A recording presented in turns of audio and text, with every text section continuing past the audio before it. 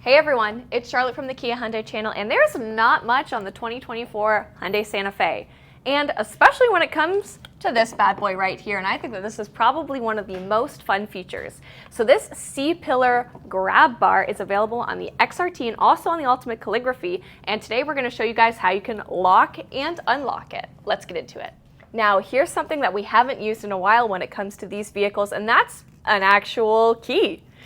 Just kidding. This one is just going to be attached to your fob, and really, it's just this part of it. So what you're going to do is, if you take a look, you'll see we've got a little slot to insert the key, we've got to unlock, and what you're going to do is you're going to insert in, turn, you'll hear a little click knowing that's engaged, and all of a sudden, I can't get in anymore. Now this is nice because of the design too. It's on a slight angle, so anything's gonna slip and slide right off of it. You're not gonna get like water or ice buildup in here. It's gonna come off, which is great to know.